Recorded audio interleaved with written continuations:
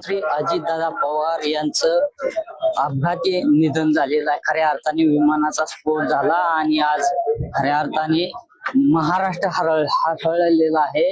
आपण जर पाहिलं तर मी सध्या बारामतीतील पुण्यश्लोक अहिल्यादेवी होळकर या शासकीय महाविद्यालयामध्ये या ठिकाणी आलेलं आहे. त्यांचं बॉडी जे आहे ते या ठिकाणी आलेलं आहे आणि अंतिम दर्शन घेण्यासाठी जी एक झलक अजितदादांच्या देहाची मिळावी यासाठी या मोठ्या संख्येने जे कार्यकर्ते जे आहेत ते या ठिकाणी आपल्याला पाहायला मिळत आहे. असंख्य कार्यकर्ते जे आहेत ते बारामती असेल राज्यातील सर्वच कार्यकर्ते जे आहेत ते आपल्या नेत्याला अंतिमचं दर्शन घेण्यासाठी या ठिकाणी दाखल झाले. आपल्या बरोबर काही कार्यकर्ते आहेत. काय सांगाल दादा? आज आपल्या दादा गेल्याने आम्हाला अत्यंत दुःख झालेलं आहे. दादांचं काम एक नंबर होतं. एकदा शब्द दिला की पाळत होते. खऱ्या अर्थाने आपला तुमचा नेता, राज्याचा नेता, देशाचा नेता आज आपल्यातून गेलेला आहे. काय भावना आहे? खर तर दादाच्या या घटनेने बारामतीकर पोरकी झालेली दिसते. परत ही मला वाटतं दादा नंतर कुणी भरून काढणारे कोण जन्माला येणार नाही. हे नेता हा देशाचा नेता होता, महाराष्ट्राचा नव्हता. आणि आमचा आदरणीय दादा आज आमच्यातून निघून जाते याचं वाईट तर वाटत, परंतु बारामतीला पोरक करून दादा आज शेवटचा निर्णय घेतलेला दिसतोय. तुम्ही शासकीय नोकरीमध्ये होता, आता रिटायर आहे. तुमच्या काय नेमका आठवणी दादा? दादासारखा माणूस पुन्हा जन्माला येणं हे वाईटच आहे. म्हणजे कोणी येऊच शकत नाही. कारण खऱ्या अर्थाने जर बारामतीचा विकास केला असेल तर दादांनी केलेला आहे. शब्दात बरेचशा भावना व्यक्त करता येतात, परंतु खऱ्या अर्थाने असा माणूस पुन्हा एकदा जन्माला येणं येऊच शकत नाही.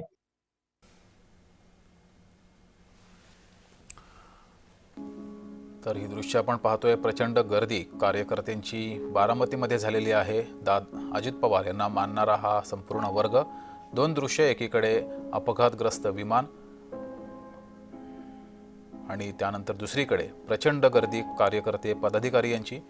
पूर्ण विमानाचा चेंदामेंदा झालेला आहे आणि यामध्ये 6 जणांचा मृत्यू झाला. यामध्ये दुर्दैवानं उपमुख्यमंत्री अजित पवार यांचा मृत्यू झाला आहे. थोड्याच वेळात त्यांचं पार्थिव हे दर्शनासाठी बाहेर आणलं जाईल आणि त्यामुळं प्रचंड गर्दी ही बारामतीमध्ये झालेली आहे. आपल्या नेत्याचं शेवटचं अंत्यदर्शन घेता यावं यासाठी ही प्रचंड गर्दी बारामतीत झालेली आहे. तर सकाळी ही बातमी समजताच संपूर्ण राज्य हळहळलेलं आहे. अजूनही अनेकांना या दुर्दैवी बातमीवर विश्वास बसत नाही आहे. मात्र अजित पवार यांचं विमान अपघातामध्ये मृत्यू झाला आहे, निधन झालं आहे. थोड्याच वेळात त्यांचं पार्थिव हे अंत्यदर्शनासाठी आणलं जाईल आणि त्यासाठी आपल्या लाडक्या नेत्याचं शेवटचं दर्शन, अंतिम दर्शन घेता यावं यासाठी ही प्रचंड गर्दी बारामतीमध्ये झालेली आहे. विद्याप्रतिष्ठानच्या मैदानावर शासकीय इतमामात अजित पवार यांच्या पार्थिवावर अंत्यसंस्कार होणार आहेत. लिअरजेट 45 हे विमान होतं.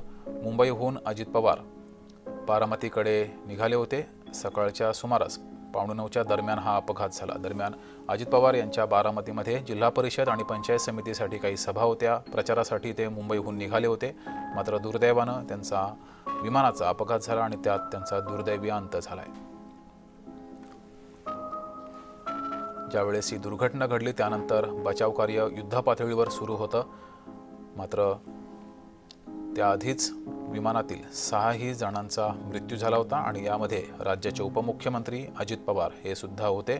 ही बातमी त्यानंतर वाऱ्यासारखी संपूर्ण महाराष्ट्रभर पसरली आणि त्यानंतर कार्यकर्ते पदाधिकारी यांची रीघ ही बारामतीकडे सुरू झाली. लोंढेच्या लोंढे हे बारामतीकडे येऊ लागले आणि थोड्याच वेळात म्हणजेच संध्याकाळी 5 वाजल्यापासून ही गर्दी प्रचंड वाढलेली आहे. उपमुख्यमंत्री अजित पवार यांचं पार्थिव अंत्यदर्शनासाठी ठेवलं जाईल, त्यासाठी ही संपूर्ण गर्दी झालेली आहे. अजित पवार यांच्या आपल्या लाडक्या नेत्याचं अंतिम दर्शन घेता यावं यासाठी बारामतीमध्ये कार्यकर्ते पदाधिकारी, त्यांना मानणारा वर्ग, त्यांचे चाहते यांनी प्रचंड गर्दी केली आहे. त्यांच्या कुटुंबियांनाच नाही तर संपूर्ण महाराष्ट्राला अश्रू अनावर झालेले आहेत. राजकारणातील एक दिलदार व्यक्तिमत्व अजित पवार होते. मिश्किलपणे विधान करणं, टीकेला सुद्धा मिश्किलपणे उत्तर देणं ही त्यांची खासियत होती.